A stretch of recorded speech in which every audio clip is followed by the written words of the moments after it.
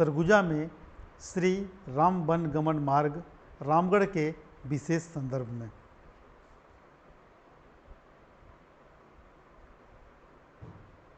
सरगुजा की पावन धरा में आप सभी का हार्दिक स्वागत है।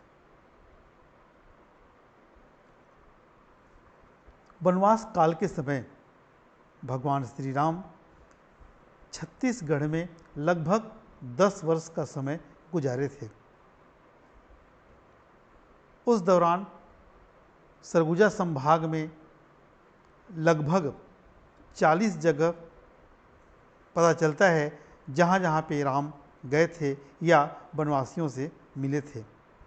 आज उनमें से हम सरगुजा जिले के अंतर्गत जिन स्थलों पे गए थे, विशेषकर रामगढ़ में, उसको हम जानेंगे। तो सबसे पहले मैं बता दूं सरगुजा संभाग की स्थिति क्या है।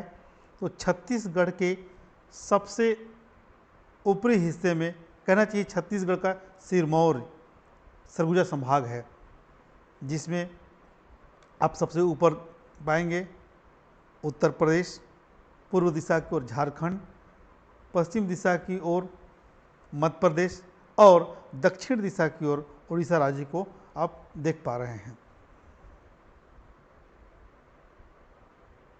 जब सरगुजा अंचल में मैं श्री राम वन गमन मार्ग पर शोध कर रहा था, तो मुझे पूरे संभाग से 40 ऐसे पावन स्थल की जानकारी मिली, जहाँ पर किंवदंतियों में, इतिहास में, लोक मान्यताओं में, गुफाओं में, कंदराओं में, नदियों में भगवान श्री राम से जुड़े हुए बातें या कहानियाँ छुपी हुई हैं, जिसके अंतर्गत कोरिया जिले के 10 जगह, सूरजपुर से 13, सरगुजा से 10, जसपुर से 4 और बलरामपुर से 3 जगह शामिल हैं।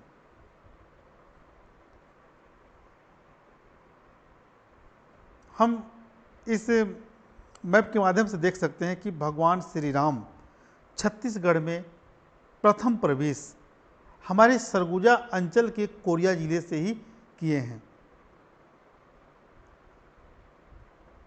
ये वे स्थल हैं पूरे सरगुजा संभाग के जिन 40 जगहों पर भगवान श्री राम, माता सीता और लक्ष्मण जी के पदार्पण हुए थे, जिसमें हम सबसे पहले देखते हैं मनेन्द्रगढ़ चिरमिरी भरतपुर से।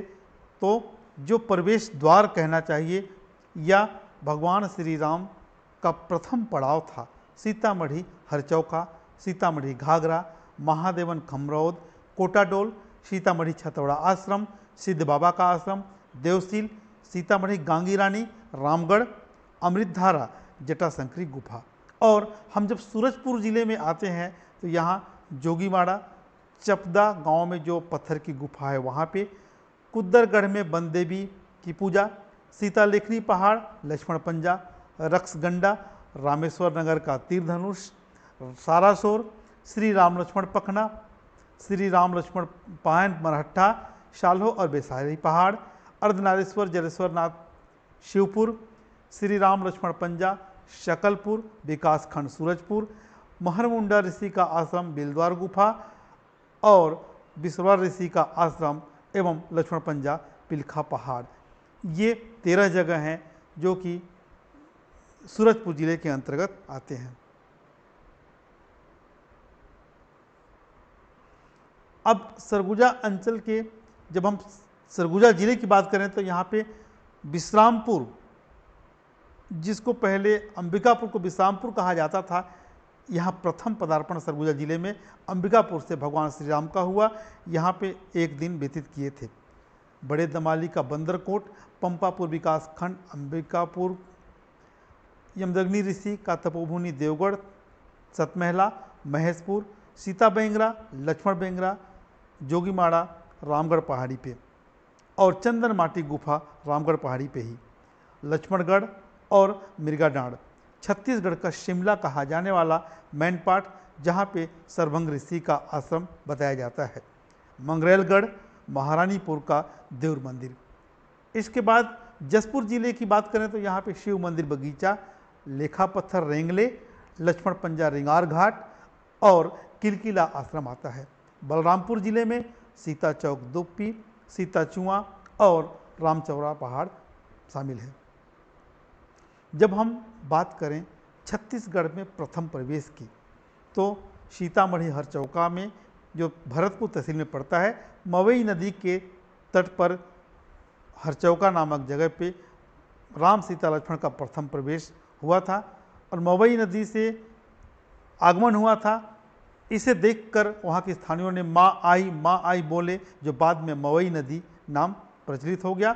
इस स्थल पे 17 गुफा हैं जिसमें 12 शिवलिंग स्थापित किए गए हैं। इन 40 स्थलों को विश्व संदर्भ कोश में शामिल किया गया है, जो श्री राम कथा का विश्व संदर्भ महाकोश प्रकाशित किया गया था मुंबई द्वारा, साहित्यिक सांस्कृतिक शोध संस्थान मुंबई द्वारा। उसमें सरगुजा अंचल के 40 स्थल, जहाँ जहाँ भगवान श्री राम के पावन चरण पड़े थे, उनका उल्लेख भी किया गया है, जिसका विमोचन भी हो चुका पुस्तक का।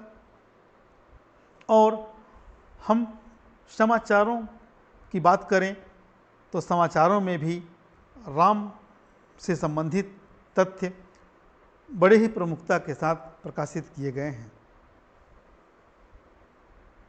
जिसमें आप देख सकते हैं छत्तीसगढ़ में वनवास काल का सर्वाधिक समय बिताए भगवान श्री राम अंबिकापुर में भी विश्राम किए थे। अब हम विशेष रूप से बात करेंगे सरगुजा के पावन स्थल, जहाँ जहाँ चरण पड़े रघुवर के, जिसमें आप इस राम वनगमन पर्यटन परिपथ जो सरगुजा आप देख रहे हैं, इसमें शासकीय तौर पे 6 स्थलों को बताया गया है, पर यहाँ पे और अन्य जगह हैं जहाँ पे भगवान श्री राम, माता सीता और लक्ष्मण जी आए थे।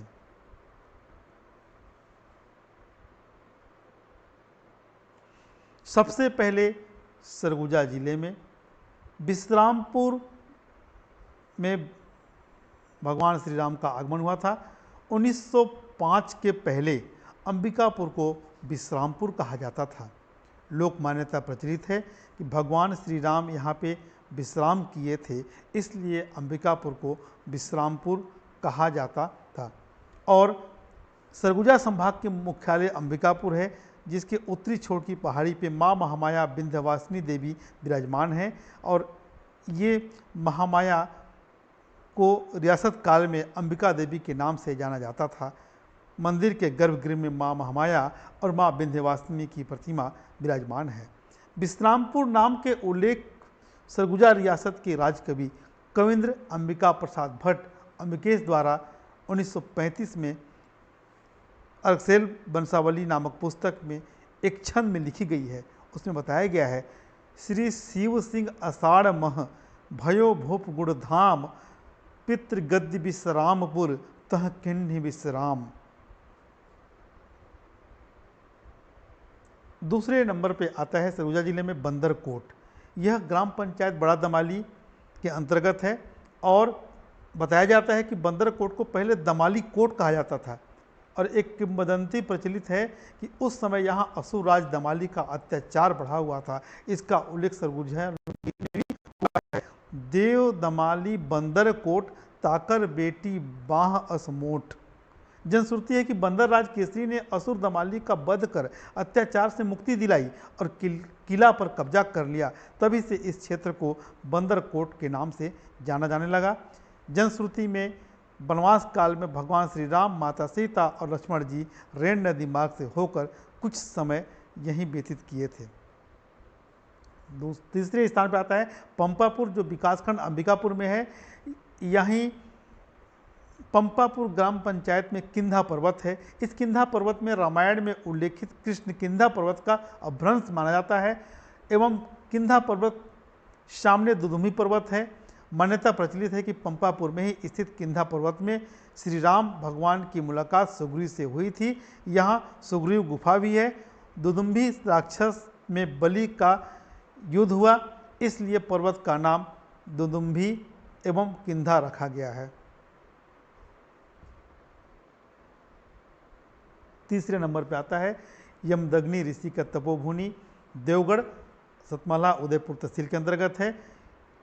यहाँ पे अर्धनारीश्वर शिवलिंग विराजमान है। मान्यता है कि देवताओं का गढ़ देवगढ़, यहाँ भी भगवान श्री राम, माता सीता और लक्ष्मण जी आकर के समय व्यतीत किए थे और शिवलिंग की पूजा अर्चना किए थे। यही मान्यता शतमहला में भी है। आगे आता है ग्राम पंचायत महेशपुर में, तहसील उदयपुर के अंतर्गत। महेशपुर भी किंवदंती में है कि राम सीता लक्ष्मण जी वनवास काल में रेण नदी के तट पर स्थित महेशपुर पहुँचे थे और उन्होंने उन दिनों शिव मंदिर में केंद्रित धार्मिक केंद्र के रूप में विख्यात था। यहाँ प्राचीन शिव मंदिर में भगवान श्री राम ने शिवलिंग की पूजा अर्चना की थी, इसलिए इस स्थल का नाम महेशपुर पड़ा। अब हम आते हैं रामगढ़।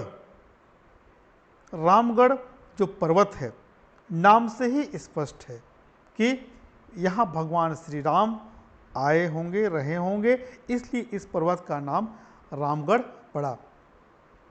इस पर्वत पर माता सीता, लक्ष्मण जी और भगवान श्री राम वनवास काल का चौमासा बिताए थे और इसीलिए आज इस पर्वत पर सीता बेंगरा, जोगीमाड़ा और लक्ष्मण बेंगरा गुफा स्थापित आज भी है, जो प्रमाणित करता है कि भगवान श्री राम, लक्ष्मण और सीता जी यहाँ आए थे। भगवान श्री राम एक जोगी भेष में रहते थे, इसलिए उनके निवास स्थल को जोगीमाड़ा कहा जाता है। लक्ष्मण बेंगरा में रहते थे और माता सीता का रखवाली किया करते थे। रामगढ़ की ऊंची चढ़ाई चढ़ने पर वशिष्ठ मुनि की गुफा, राम जानकी मंदिर और जानकी तालाब और सीता कुंड के भी दर्शन होते हैं। लक्ष्मणगढ़ और मिर्गाडांड़ तहसील उदयपुर के अंतर्गत है।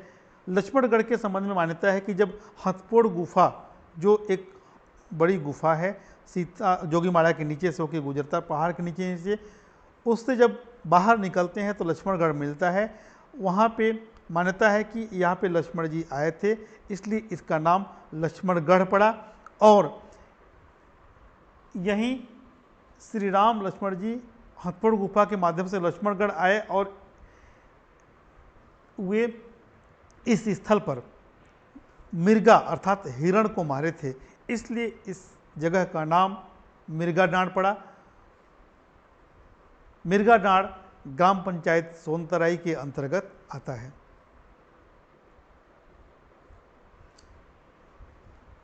रामगढ़ में कुछ समय व्यतीत करने के बाद भगवान श्री राम छत्तीसगढ़ का शिमला कहा जाने वाला मैनपाट में चले गए और मैनपाट में वे ऋषि मुनियों से मुलाकात किए। मैनी नदी के होते हुए वो गए थे और किंवदंती है कि यहीं श्री राम महर्षि सरभंग एवं महर्षि दंतोली से मुलाकात किए थे। सरभंग ऋषि के नाम पर यह सरभंजा गांव आज भी है और सरभंजा जलप्रपात भी दर्शनीय है। जब हम आगे बढ़ते हैं तो महारानीपुर देउर मंदिर, जो ग्राम पंचायत महारानीपुर मैनपाट तहसील में है। मान नदी के तट पे महारानीपुर ग्राम पंचायत के देउर पारा में प्राचीन देउर मंदिर है। महारानीपुर को पहले देउरपुर कहा जाता था।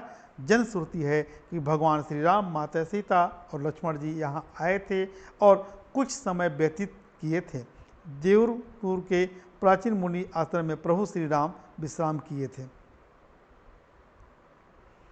इसके बाद मंगरेलगढ़ ग्राम पंचायत खड़ादोरना तहसील सीतापुर में है, जो मान नदी के तट पे मंगरेलगढ़ स्थित है। यहाँ प्राचीन गढ़ के अवशेष बिखरे हुए हैं। इस स्थल पे मंगरेलगढ़िन देवी की प्राचीन मंदिर स्थापित है। जनश्रुति में व्याप्त है कि भगवान श्री राम वनवास काल के समय यहाँ आए थे, कुछ समय व्यतीत कर मान नदी के तट स्थित देउरपुर महारानीपुर गए थे। जब हम आगे बढ़ते हैं तो सरगुजा अंचल में प्रभु श्री राम का जो अंतिम पड़ाव होता है वह सरगुजा संभाग के जसपुर जिला से होता है, जहाँ पे किलकिला आश्रम है। किलकिला आश्रम के ग्राम पंचायत किलकिला, तहसील पत्थलगांव में प्राचीन शिव मंदिर है। इसी परिसर में राम जानकी मंदिर बनाया गया है। जनश्रुति है कि वनवास काल में भगवान श्री राम, माता सीता और लक्ष्मण जी इस आश्रम में कुछ समय व्यतीत किए थे। यहाँ प्राचीन मंदिरों का समूह देखने को मिलता है। यह प्रभु श्री राम यहाँ कुछ दिन रुकने के बाद रायगढ़ जिला के धर्मजयगढ़ चले गए। इस तरह से सरगुजा संभाग के 40 स्थलों में गुजरते हुए सरगुजा जिले के विशेष रूप से रामगढ़ में भगवान श्री राम अपना चौमासा बिताए और छत्तीसगढ़ के अन्य जगहों के लिए प्रस्थान कर गए।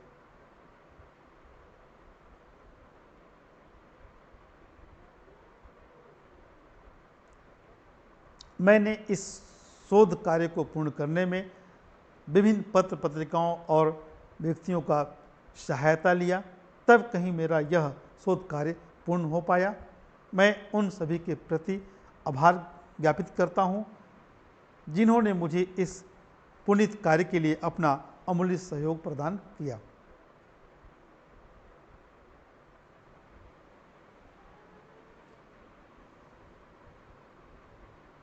धन्यवाद आप सभी को।